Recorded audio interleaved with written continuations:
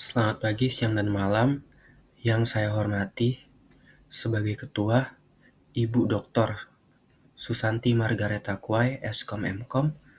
Kemudian sebagai Sekretaris, Bapak Dr. Gat, Eskom Mkom. Kemudian sebagai pembahas, Bapak Dr. David, Eskom MCS Mkom.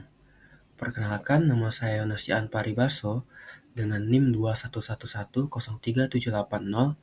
Program Studi Sistem Informasi dengan peminatan Enterprise Information System. Nah, pada kesempatan kali ini saya akan mempresentasikan outline skripsi saya yang berjudul Perancangan Point of Sales pada CV Purnama Karya Pontianak. Nah, yang pertama bab 1 pendahuluan. Nah, latar belakang.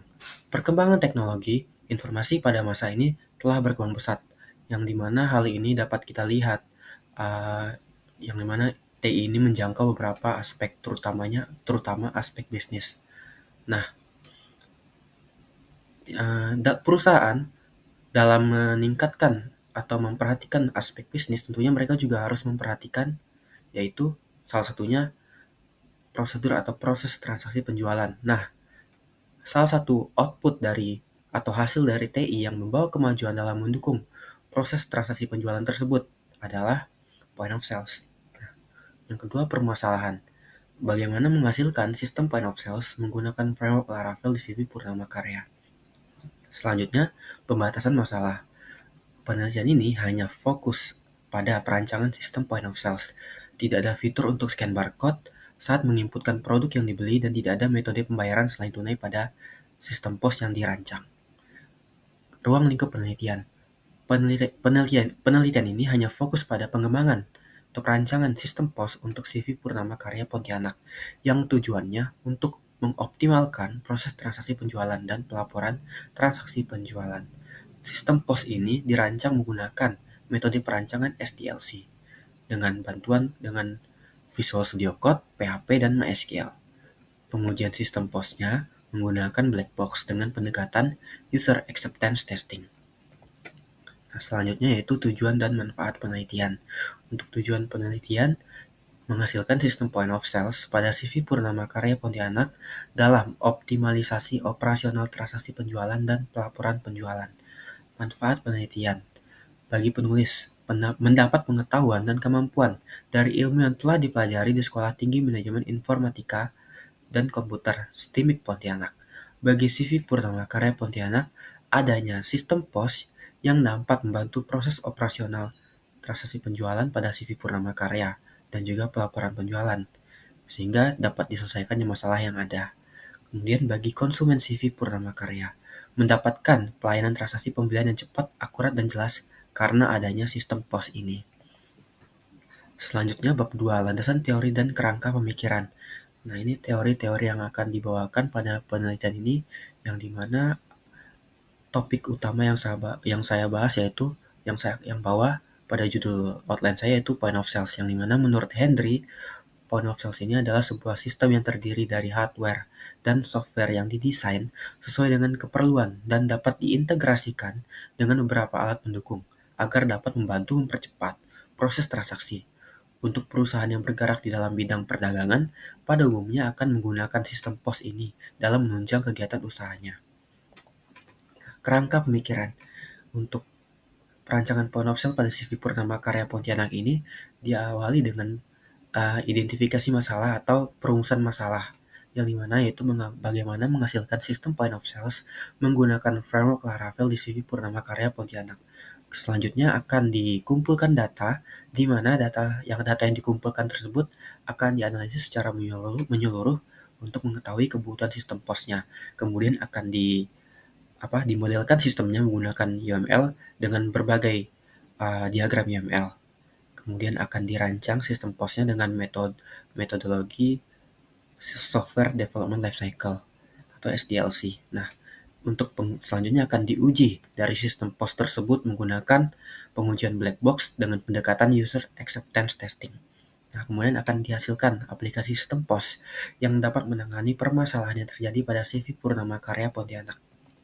Nah, bab 3, gambaran umum CV Purnama Karya Pontianak. Pertama, profil CV Purnama Karya Pontianak. CV Purnamakarya Pontianak ini bergerak di bidang retail dalam menjual berbagai macam alat tulis kantor dan perlengkapan sekolah, serta menawarkan jasa percetakan meliputi printing dan fotokopi.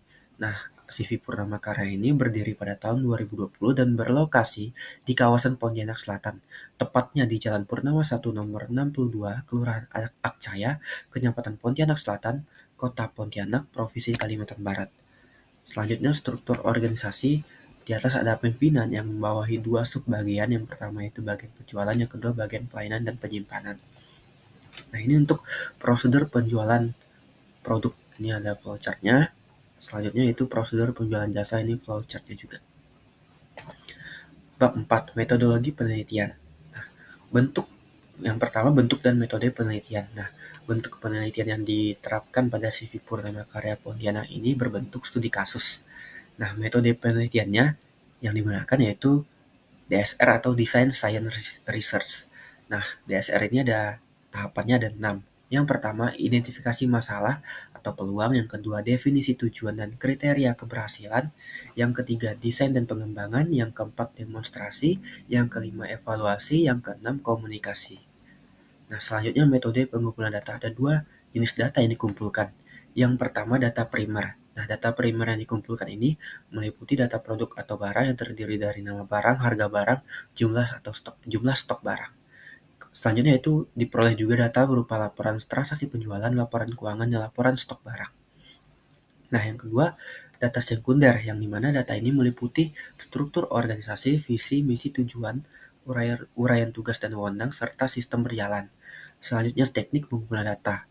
Nah, teknik pengumpulan datanya ada 3. Yang pertama, observasi berbentuk non-partisipan, di mana observasi ini dilakukan 3 kali dalam 1 minggu, dengan lama waktu meneliti rata-rata 2 jam. Kegiatan observasi ini dilakukan untuk mengamati bagian penjualan, pelayanan, dan penyimpanan. Yang kedua, wawancara berbentuk semi terstruktur, yang dimana wawancara ini dilakukan dengan pemilik CV Purnamakarya secara langsung. Nah, dalam proses tanya jawab atau wawancara ini akan dijelaskan bagaimana proses penjualan, pelayanan, dan penyimpanan. Data yang dikumpulkan dari objek penelitian ini dicatat atau disimpan dengan buku tulis, handphone, dan kamera yang digunakan untuk membantu dalam proses wawancara. Nah, yang ketiga itu studi dokumentasi. Dilakukan dengan mempelajari dokumen terkait subjek penelitian dalam rangka memperoleh informasi terkait objek penelitian. Nah, yang selanjutnya itu skenario pengujian, user acceptance testing. Nah, langkah-langkah untuk melakukan UAT ini ada 7. Yang pertama, perencanaan UAT. Yang kedua, definisi skenario UAT. Yang ketiga, persiapan UAT. Yang keempat, eksekusi UAT. Yang kelima, pengelolaan bug. Yang keenam, peninjauan dan validasi akhir. Yang 7 atau yang terakhir itu penutupan UAT. Sekian dan terima kasih.